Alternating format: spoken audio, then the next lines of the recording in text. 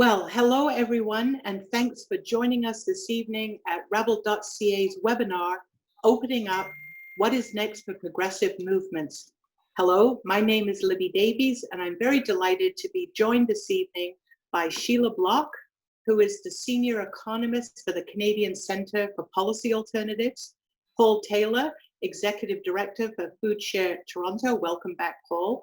Leah Gazan, Member of Parliament for Vancouver, Winnipeg Centre. Welcome. I'm so used to saying Vancouver. And Karl Nerenberg, Rabble's parliamentary reporter in Ottawa. Welcome, Karl.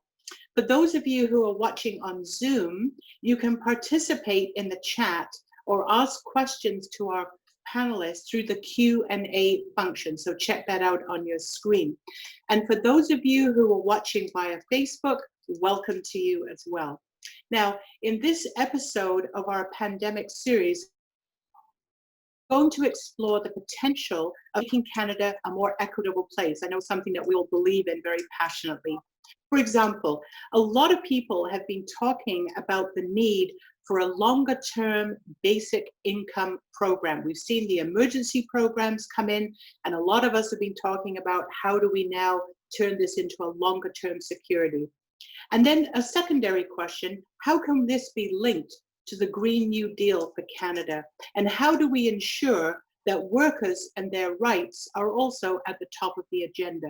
So I'd like to kick things off by beginning with Sheila, Sheila from the CCPA. And I thought, Sheila, maybe you could just give us a very quick overview of the different ideas around a basic income. And I have to tell you, I've been confused myself about what the difference is, for example, between a universal basic income or for example, a guaranteed minimum income. So maybe you could just give us a quick overview on that, Sheila. Sure. So the basic idea of a basic income is that everybody should have a livable income, regardless of how they participate or whether they participate in the labor market or not. And so in some ways, it's a simple idea on the face of it, and it's one that has a lot of appeal, I think. But it is an issue that is pretty contentious and debated on the left. And I think this is one of the issues where the design comes and some of the policy details become very important. Libby alluded to the idea of a universal basic income where every Canadian, let's say, got maybe $1,000 and then some of it would be taxed back, or whether we see a basic income as a poverty reduction measure. And when we start talking about who receives it, that also becomes a policy issue. So do people without status receive it? Would migrant workers receive it? The who would be is very important. And another piece of it that's very important is how much. Because when we go beyond the kind of theoretical, are we looking at an amount that we would want to be able to kind of raise everybody up above the poverty line, or are we looking at something that reduces poverty rates?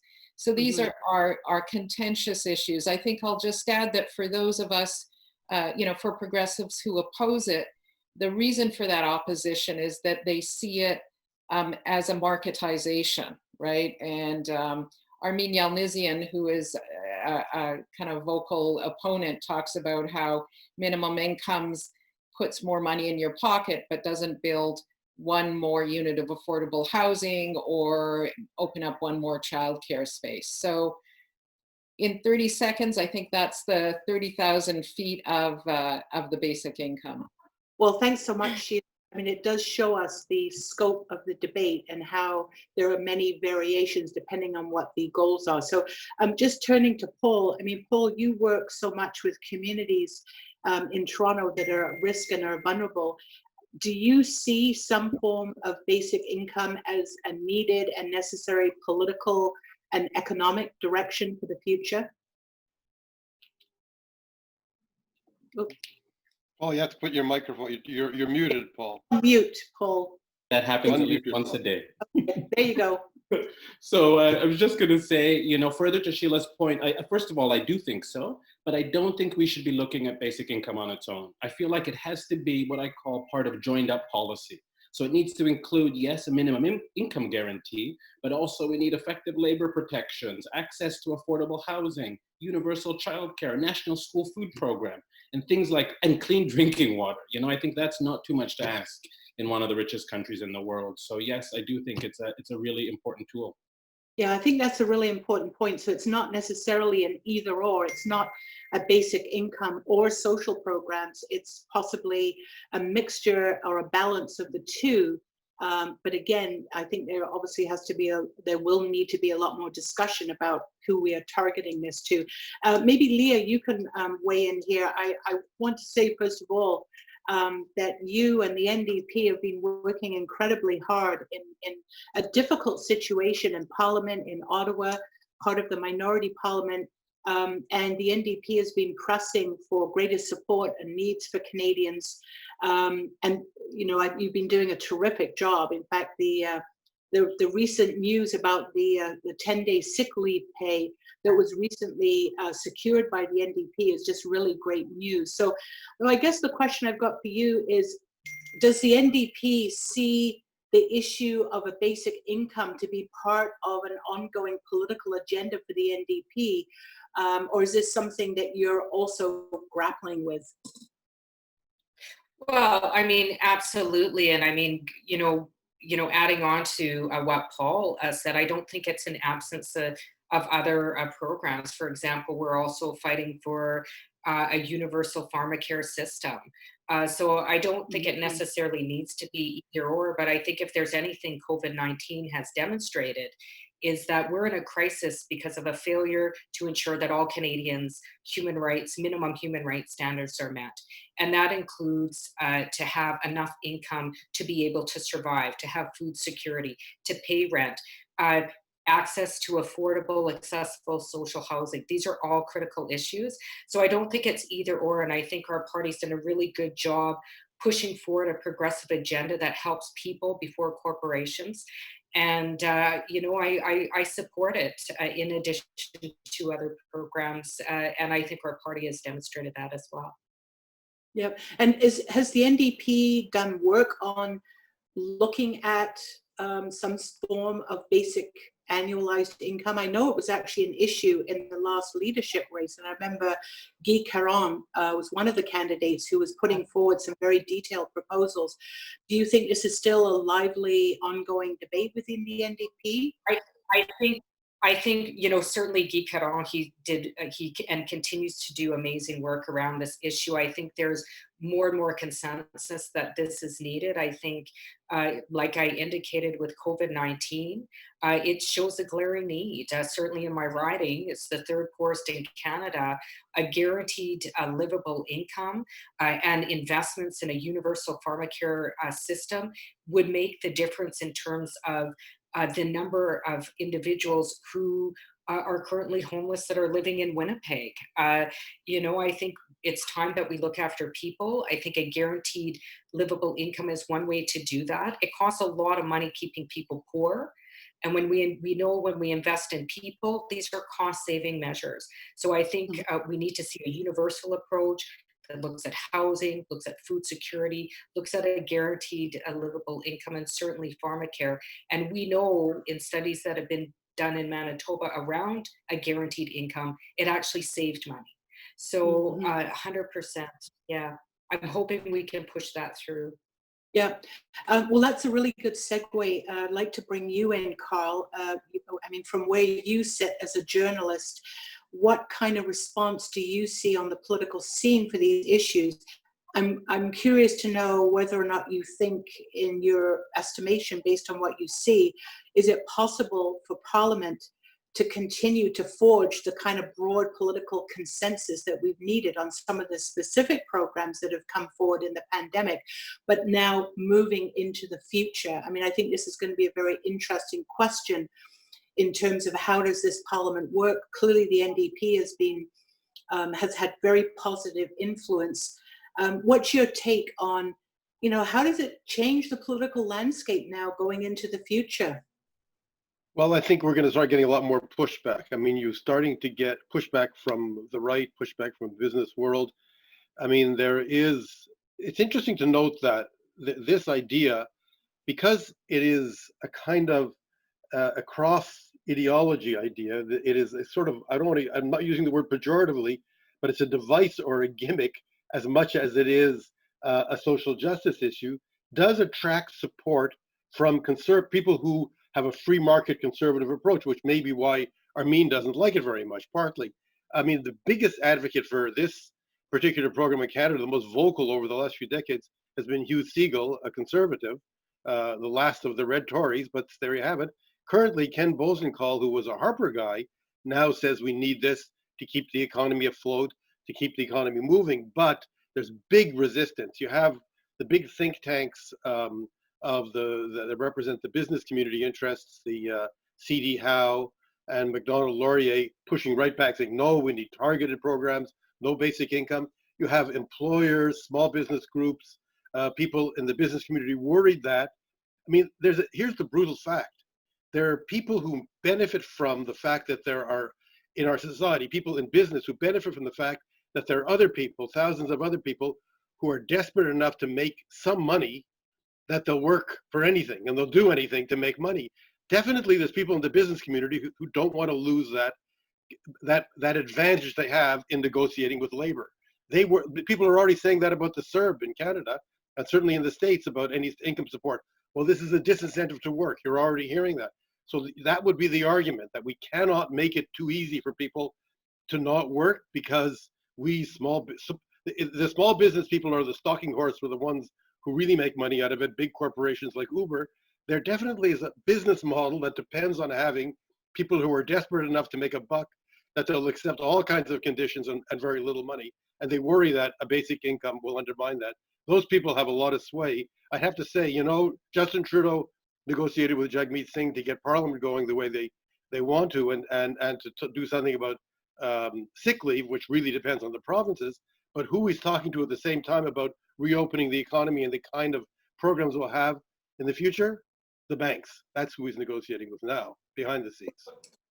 It's interesting to note that there was just a recent article here in BC, because John Horgan, the Premier of BC, set up a task force chaired by a professor, an economist at UBC, and they are looking at some of the issues around basic income and how it could continue. Of course, I mean, that's a provincial perspective, and we're talking on a national scale, so there's that whole layer of it too. And this fellow was raising the question of how it impacts employment, particularly for small businesses who want part-time workers, and what that would mean. So there's obviously a lot of questions, but I think a part of this, and I want to come back to Sheila, because I think one of the elements is we now go through this pandemic, and and people are seeing some of the initial help that's come through from the government, not perfect by any means, but I think people, think, okay, good so far. These larger questions of ongoing programs, there's no doubt that we're going to see, the portrayal, as you said, Karl, from, the big think tanks, the right-wing think tanks and the corporations who want to portray the financial situation as frightening, right? The debt, the deficit. And so I just wonder, Sheila, how do we need to view that, right? I mean, there's sort of historical perspectives, but it's so easy for people to get spooked from what they read about the debt or about the deficit. How do we put that in perspective as progressives to respond to some of those arguments that are going to be thrown at us?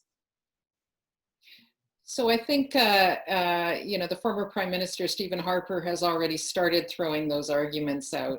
And I think it's really important to be clear that those arguments aren't economic arguments, they're ideological ones. The analysis or the analogy that the right always uses is the equivalent of a household, right? And so it's like you have a huge mortgage on your house or something that you're not going to be able to pay off, and your children will have to pay it off. And I think there are a couple of things that we have to be really clear about. And there is a huge difference between governments and households. Governments have a responsibility to continue investing for this generation and for the following generation.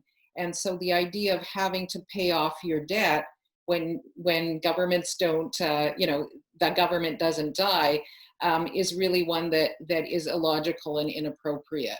And what we need is that continued investment. The real issue is around interest costs. And as we know, interest rates have been at historic lows since about 2009, and they have dropped even further in response to the economic impact of the pandemic. So the costs of carrying that debt is very small, and as small as a share of GDP, small as a share of government revenues. And I think we also have to remember that when the right argues about the problems with the deficit, their solution is never to preserve public services and increase taxes. It's really about trying to shrink the role of the state. The one caution that I have, and I think Karl hinted at this earlier, is that one of the real issues is going to be at the provincial level, right? That is where, when we're not in the midst of a pandemic, the vast majority of government programs, constitutionally and otherwise, are delivered. And what we're really going to need to look at to get through this altogether is a change in federal-provincial fiscal relations. That's, I think, a difficult one. It's not one where, Justin Trudeau can come out and make an announcement every day that's going to make people happy. But I really think that's what we're going to have to watch for, and that's what we're going to have to look for, really to really apply and learn the lessons that we want to have learned from this crisis, which is essentially we're better off doing things together. We actually rely on and trust government to be that kind of a positive actor, and that we really need to fund governments to be able to do that. Yeah, well, I think that's a very relevant point, and it really brings us back to what's been a very old argument about national standards and the rights of provinces, the duties of provinces versus government. And even today, seeing the information coming out of Ontario on the absolutely appalling situation in long-term care raises the whole debate now again about, well, first of all, long-term care needs to be part of our healthcare system, and are there going to be national standards, right? Or is it just every province, and depending on where you live, you might be in a good situation or a terrible situation or somewhere in between. So lots of things to follow up there. I do want to switch gears a little bit, because linked to the issue of addressing income inequality, which is what we've been talking about a little bit, is for sure the need to address the climate crisis. I mean, this is something that we can't put on the side. It's not, again, it's not an either or. And certainly the Green New Deal that was rolled out just prior to the last federal election has had a lot of traction in Canada from a lot of movements, activists, including labor movement. So I guess the question I've got for each of you is, how do you think we can link a basic income program to a Green New Deal to further economic, social, and climate justice? And maybe I'll turn to you first, Paul, because it seems to me that you're at this intersection in terms of the work you do and the leadership you've given of thinking about the critical priorities that people have on a daily basis, but always looking at it from a bigger perspective about our planet, our environment, the health of our environment. So I'm sure this is something that you deal with every day. So maybe you'd like to share any thoughts you have on how do we link these issues and how do we make progress? Maybe, but even before I do that, I just want to come back for 1 second to the deficit piece that I often think is never a part of these conversations. And it's, we have to recognize that taxpayers have been subsidizing corporate tax loopholes, offshore tax havens for years. So I think that's where we can start when it comes to trimming our debt. That has to be where we start. In terms of how we can link kind of the Green New Deal and the ideas around basic income, is I think first we all have to realize that what we do now is absolutely critical to what our collective future looks like. We all need to kind of be on the same page about that. And we have an opportunity to have, make big changes. We have to ask ourselves, do we want more homelessness, more climate-induced suffering? Do we want continued low-wage precarious work, all while billionaires continue to evade paying their fair share? Or do we want to prioritize people and planet? I think if we want a decent future, the answer is absolutely clear. I love what's happening in Hawaii. I talked about the case of Hawaii in my last newsletter. And Hawaii is being bold. They released a feminist recovery plan that really excited me. It includes a basic income, a $25 minimum wage for single moms, free publicly funded childcare. It got me so upset actually also, because I feel like we can have nice things in Canada too. Oh, absolutely. I think it's a beautiful example to give. So yeah, let's go for it. Leah, you also are sort of at the forefront of working with people and with communities that have been hard hit in the best of times and hard hit now even worse during the pandemic. So in terms of what does it mean for your work, not only as a member of parliament, but as an activist in your community, to kind of bring these issues together around a basic income, a Green New Deal? What does it mean for you in terms of the way you do your political work? Well, I actually have a private member's bill that I put forward, Bill C-232, the Climate Action Emergency Act, and it looks at how to move in a just way to a green economy while honoring our international agreements we've made around climate, framed within the United Nations Declaration on the Rights of Indigenous Peoples. I don't think in Canada particularly, we can move to a green economy in the absence of fundamental Indigenous human rights. We certainly see this around the country. And we need to bring workers along in a just way. And I've said many times, I don't think workers love oil and gas. They love working, they love supporting their families and paying their bills. And we need to figure out a way to bring workers along where they can still support themselves and their families. So I absolutely think it's linked.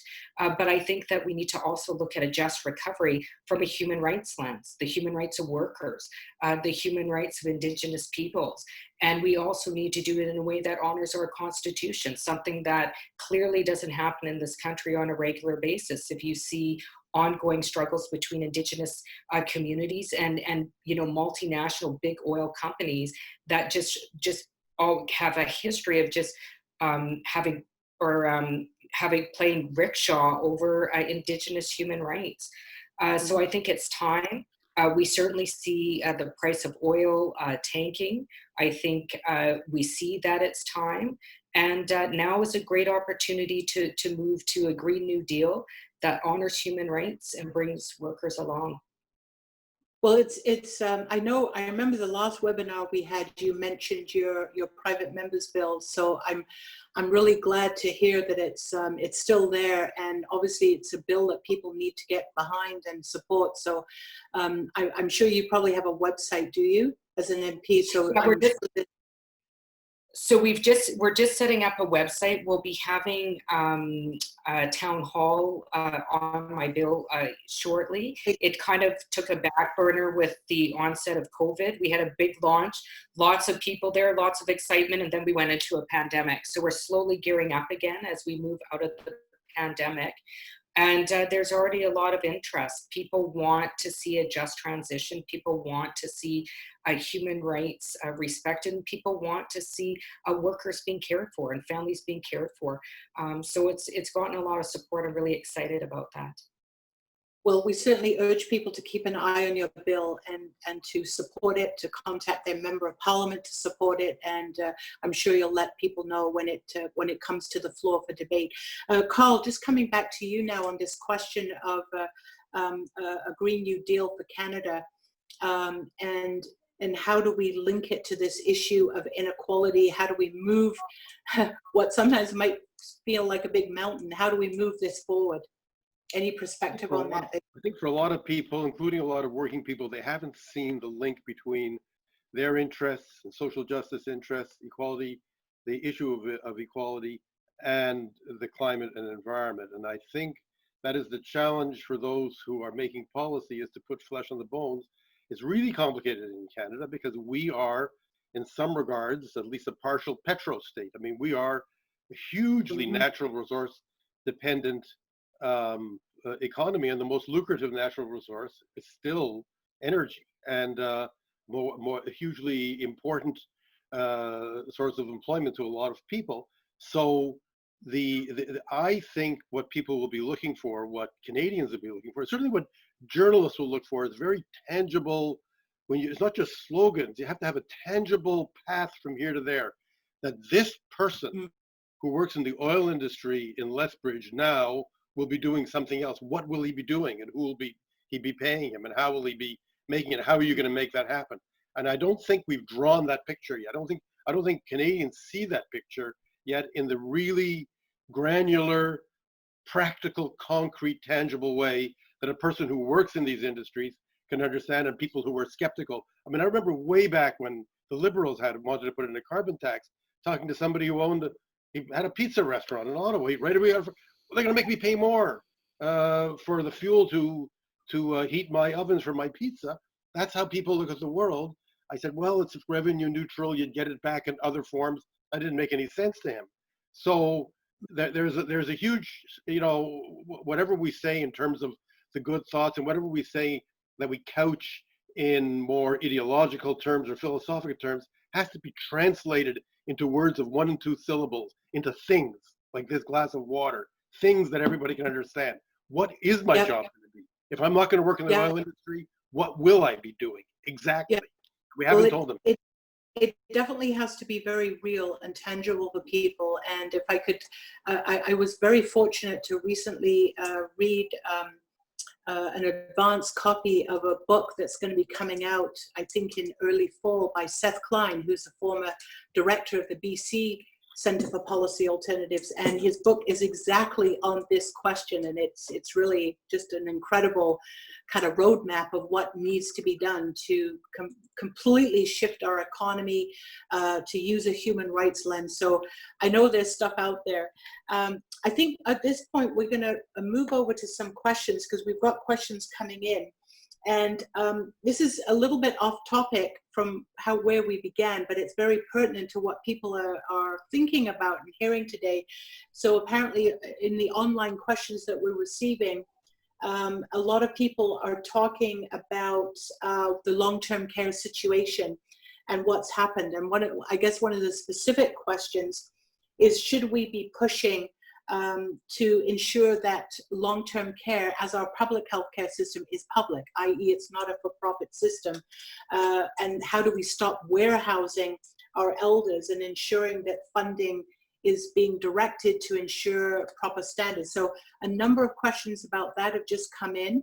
So any one of you who feels like any response based on what you've heard today or what you've known in the past, feel free to jump in. Well, I think certainly it speaks to the need for national standards to be put in place, and 100%. We need to ensure that long care homes are public, and we need national standards to ensure that seniors are cared for in a proper way. I think, during the pandemic, if you look at the number of deaths during the pandemic, most of them happened in long care homes. We need to do something about it fairly quickly. We're looking at a second wave. This isn't something that we can have left up for discussion for weeks and months at a time. We need to look after seniors now. Watching on the news, trying to support seniors in my own riding, it is heart-wrenching, the kind of living conditions that seniors live in our country, as rich as our country is. When we see these bailouts to oil companies, Paul mentioned, no hands bar on offshore tax havens. We can pay for these things. We just need to shift our focus and invest in these programs. So okay, thanks, Leah. Anybody else? Yeah, Sheila. So I think Leah's absolutely right. And I think what it's also really important to look at is the particular situation in Ontario and some of the differences in the response and in the outcomes between Ontario and BC. And Ontario has the most for-profit delivery of long-term care of any province in Canada. Also, this government has very close linkages with the for-profit long-term care providers. And we see the differences in terms of a policy response where the government in BC moved much more quickly to require that, that workers work in only one facility.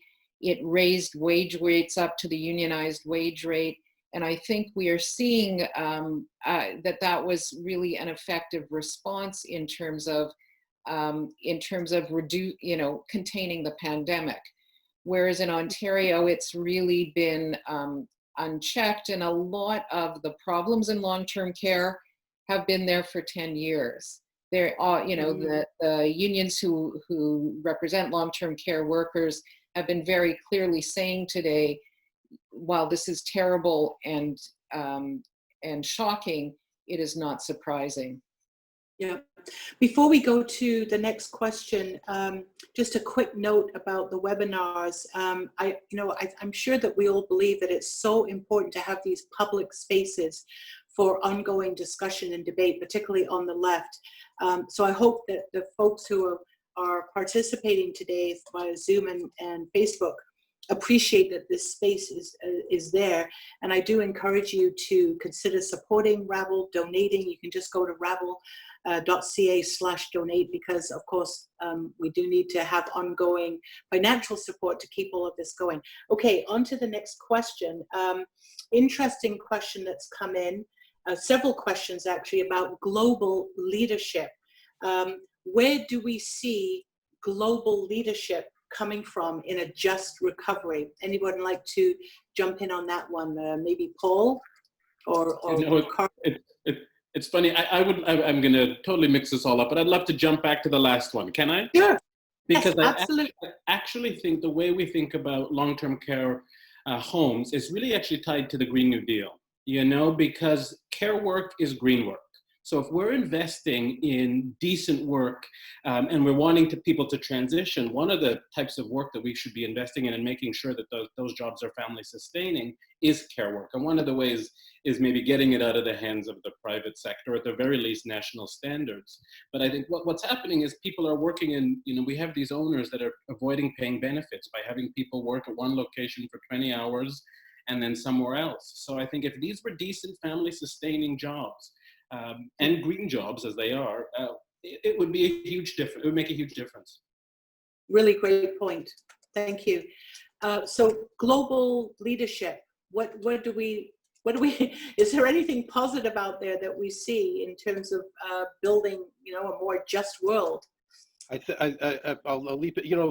The example that Paul, I think you raised the example, believe it or not, of the United States state of Hawaii. Is that what you were talking about? Mm-hmm. Yeah. So interesting. So I think global leadership, I just thought of that. My wife today was reading the New York Times, and they were referring to the American president, somebody in an article that she didn't necessarily disagree with, but saying, well, the leader of the free world shouldn't be doing this. She said, he's not my leader. No, she said, no, I don't like this one. And he's not, I liked the other one, his predecessor, but he wasn't my leader either. Stop pretending that you're leading us. We have our own leaders. We're not following you. You're just one other country, and in so many ways, you're way behind many of the rest of us. So I think we want to. New Zealand is a case of a country that's finding its way with some which I is on the verge of bringing in, for instance, some kind of guaranteed income. Denmark and France were two countries that took a stand on tax havens. In terms of the money that was being doled out to deal with COVID, but Denmark also successfully kept people employed with a very, very robust and generous wage subsidy. I mean, the NDP succeeded in getting the government to boost what its wage subsidy was, boost the amount from the originally proposed one, but it hasn't been as successful in Canada. So I think it is a question of looking around and then looking maybe. We're all running around demonizing China. I mean, China's the big, this is a big, growing, huge, complex country. In the end, but we're all consuming products from China. We're all depending on all kinds of products from China, and we're all, it's an economic behemoth. And it's not, I mean, the Americans and then the many, many voices in Canada. I see the former Liberal Justice Minister coming in my inbox all the time saying, we've got to go find China criminally negligent for what it's doing. We've got to blame China. We got to attack China. We got to say China's the big villain here. And China's a major player. And in the final analysis, the pandemic may have started in China, and maybe their figures are not entirely accurate, but they got it under control. They did Okay. get it under control. We didn't in the West. Paul, you want to jump Just in? quickly, Yep. global Yeah. leadership, we'd be remiss, and Leah's brought this up before for sure, but we'd be remiss not to acknowledge that Indigenous people have been on the front lines of defending this planet for millennia, So I think that's where I draw some inspiration, and I think we need to follow suit. Okay, I'm gonna switch gears again. Another question. So going from the global now to the local, a couple of questions that have come in, which is the question of cities and funding. We've certainly seen information coming out of Toronto, Vancouver, Calgary, maybe other places as well. I'm not sure about Winnipeg. Where our cities are struggling financially as a result of the pandemic. And in fact, the question that's being put to us is just today, Vancouver had a proposal before City Council cutting and delaying many programs and supports for diverse and marginalized communities. So people who are already at risk, who are now more at risk because basically the services that they depend on from the city are very much threatened. Any take on that in terms of what's going to be the situation for our municipal level of government and how they rely on the property tax? I think it's somewhat different in Ontario, but here in BC it's a very limited revenue source. But it seems like so far their message has fallen on deaf ears. It's not gone very far. So any thoughts on that, any of you? I think if you look at Winnipeg, our city, financially, is in a dire state, partly because we're not getting enough in terms of federal transfers, but we also have a premier right now in the middle of a pandemic that just made $860 million in cuts. He's cut back funding for things like public transportation. I think certainly that's something that the NDP has brought forward with the Taylor back rack. The critic for looking after municipalities is we need more funding in things like public transportation, for example. We need more funding for frontline services. Again, going back to my riding, you can see the impacts of austerity on my community. It is compiling itself year after year after year. And with COVID-19 and some of the issues we're facing, the situation has become really quite dire. So I think the federal government needs to stop playing jurisdictional games and ensure that people's basic human rights are met. That is certainly not the case in Winnipeg Centre. We have a growing homeless community. We have growing issues of food insecurity, and our city needs more support pretty quickly, I would say. Yeah, I do think that it's going to require a very different relationship. Mostly money to cities comes through the provinces, and I think some sort of structural change, particularly around the national housing program, around childcare, infrastructure. I mean, these are three key things that, and the climate crisis as well, in terms of green energy. To go, yes, in order to go directly. 100%. Yeah, sorry. Yeah. Yeah. Sorry. Yeah. No, I was just going to say I 100% agree, because when you have a premier like Palliser, who's all about cutbacks to cities, I mean, it is causing a crisis. So I 100% agree with you, Libby, that we need to look at these funding agreements going forward and how we choose to do that going forward. When we came up with our original constitution, that was one of the crimes that they committed in 1867, was that they made cities the constitutional creatures of the provinces, as they call them. We know that Doug Ford thinks that. Doug Ford changed the composition of the Toronto City Council a few months before the election and said he had a right to do it, and who cares? And that, what's the difference? He actually, Toronto, which is about 3 times the population of Ottawa, has the same number of city councillors, because Doug Ford had a personal grudge in relation to Toronto, and he got away with it because that was his. It was his to play with. I guess the federal government could. The federal government, of course, is always reluctant to really tread too much on provincial government toes, but the federal government could simply transact with cities and use the Canadian Federation of Municipalities as a vehicle and massively fund all kinds of activities in cities. I mean, God knows what kind of what the consequences in terms of bad blood with the provinces. I mean, certainly if you got it in Quebec, then it would become yet another layer of problem. You'd have the Bloc Québécois jumping up and down because they're always very jealous of intrusion into their they would say, the Quebec government would say, you want to give money to our cities, give it to us first. This is Quebec's jurisdiction. If not, we're going to separate. So, I mean, you run into this in this country, a constitution that handcuffs us in this way. There are other federal constitutions in which the cities are actually constitutionally recognized orders of government. Unfortunately, not Canada. Well, certainly all of these questions raise another question, which is who's at the table, right? Who makes these decisions, these big decisions that affect our daily lives? Our cities at the table. Another question that's come in is that the person is saying there's little being said in the media about the impact of COVID-19 and First Nations. What steps should governments provincially and federally be taking to include First Nations in a just recovery?